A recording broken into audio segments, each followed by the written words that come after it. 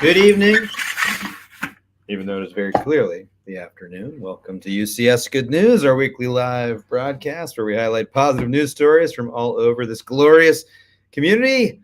This week, just like last week, we reached out to you and your Patricks and your Planktons, and the response, as always, was crusty crabulous. We always say on this program that we get to share the good news, but you are the good news. So on behalf of myself, the entire UCSGN production team, and this spelunking SpongeBob here, we'd like to thank everybody who submitted a positive news story this week. And with that,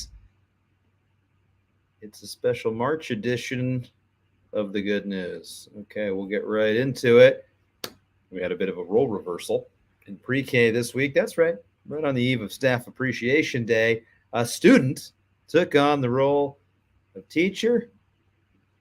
Here it is. During free choice time in Miss Allison's pre-K class, Jayliana decided to pretend to be the teacher and read a book to her friend Harley. Harley looks engrossed.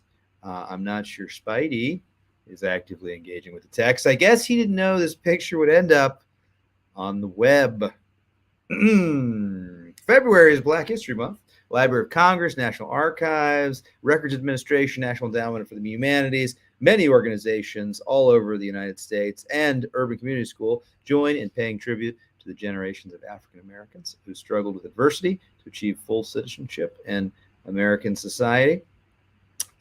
Fifth graders enjoyed presenting their Black leaders in their STEM projects to second and third graders recently.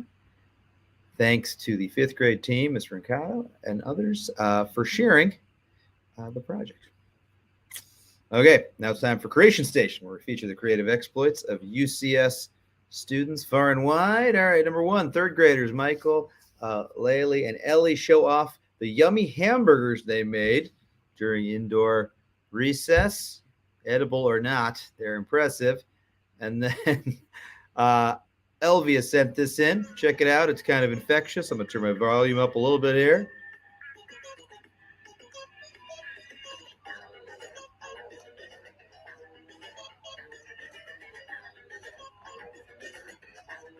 I don't know what the game is. I don't know how you win, but I'm in. So thank you for sharing. Okay. It's time for Ice Cold Intellectuals. On March 1st, Isaac Okoro had 9 points, 2 rebounds, and 1 block in 16 minutes of hearty play. And it took all of his ice cold intellectual ability for him to get to that stat line. This week, Miss Britton wrote in to let us know that they've got some ice cold intellectuals in 5th grade too. This week, they tried to recreate the junkyard dog locker room photos. Here are some examples of the junkyard dog pictures. Exhibit A. Exhibit J here. Here's Isaac Okoro as the junkyard dog. We're in the big C. All right, so let's see the 5th grade rendition of it. It's looking pretty good. And here's another. Yep. That's right. And this one too. Yep.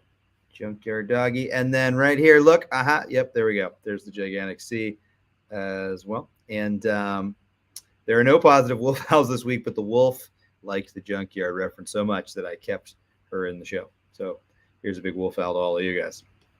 Okay, let's climb into the DeLorean. It's Throwback Thursday again. We're going to feature a trivia fact about a UCS staff member from way back when. You get to try to guess their true identity. All right, trivia time. Which UCS staff member used to be part of an all-girls gaming squad that was backed by Activision and competed in various Halo tournaments far and wide? Okay, which UCS staff member was part of an all-girls gaming squad, competed in tournaments all over the place? I'll give you a hint. It's pretty hard to get in or out of Urban Community School without engaging with this individual. If you think you know the answer, you want to level up, you can do so by sending us the correct response to the email address scrolling at the bottom of the screen, or ucsgn@urbancommunityschool.org. And then next week, we will do the drum roll and hopefully reveal the true identity of that staff member. Okay, twinning continues to be winning, as always, here at Urban. Third graders Caleb and Isaac were birthday twins. Both boys celebrated their birthdays on February 24th, so happy birthday to Caleb and Isaac. Okay, favorite part of the show here. You're traveling through another dimension. Dimension not only of sight, sound, but of mind, a journey into the wondrous land whose boundaries are that of imagination between elementary and high school. Your next stop, of course, is the Taylor Zone. Take a trip with me now, won't you? Seventh grade students learned about the periodic table by choosing one element to research. They created a superhero or villain with superpowers that were based on their research. So I've got, let's see, Emerald Beryllium here, Asta85, whose catchphrase, "It's about Asta time." Students also had to write a backstory and design a costume. Let's see, Cyberpunk here. Kree equals Krypton, and looks like there's a Radon character here as well, and maybe somebody. Let's see, I can't make it out, but I can see that it's calcium related. Anywho, this is all very impressive. Thank you for sharing, and I think there's real potential here. Maybe we ought to develop some narratives around this. Of course, if you grew up in the 90s, you know that there's really only one superhero who controls all of the elements. Yeah, that's right. Earth, fire, wind, heart, all of them. Captain Planet, our hero, taking pollution down to zero. Okay, in other news, hey, it's release day. The freshwater trout outgrew their fish nurseries. Here they are being released into the 75-gallon tank.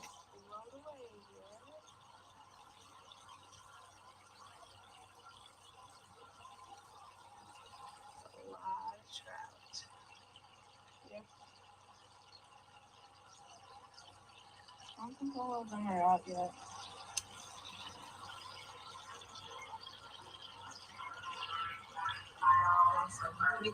All right, this is spectacular. But, you know, as they say, when you're working with trout, any fin is possible. Okay, don't forget, we're looking for a few good anchors. Harry's going to be the first anchor when I finally schedule some time with him. But if you want to get in on anchoring the show, send me an email. Big news. I talked to Miss French today, and it sounds like our favorite meteorologist will be back on the air pretty soon, potentially right after spring break. This will give all the kids a chance to work through some of their emotional cabbage. And now it is time for your favorite segment and mine, Getting Figgy with It. This is where roving middle school field reporters captured live video of Mr.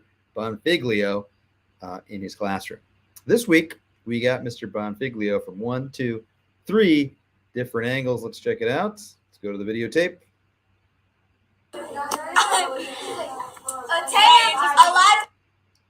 Okay, yep, there we go.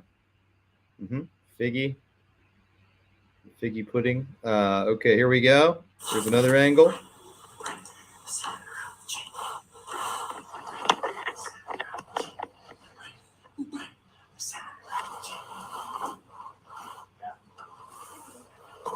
Another angle, yet another. Here we go.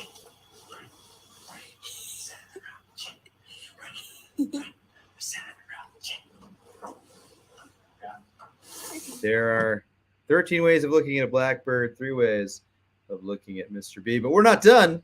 Here's some music making. We ready for you, air test. And still not done. Here we go. Last one. Gonna need some ones. What I find impressive here is that Mr. B goes for the McCartney part, the high part, not for the faint of heart. But thank you, roving middle school reporters, for sharing. All right, we'll close with mail time today. We got this note from Julian. He said, "I'd like to show you the new and improved Jerry Lawson game level I made." Sorry, there's no sound. So I'm going to show you that.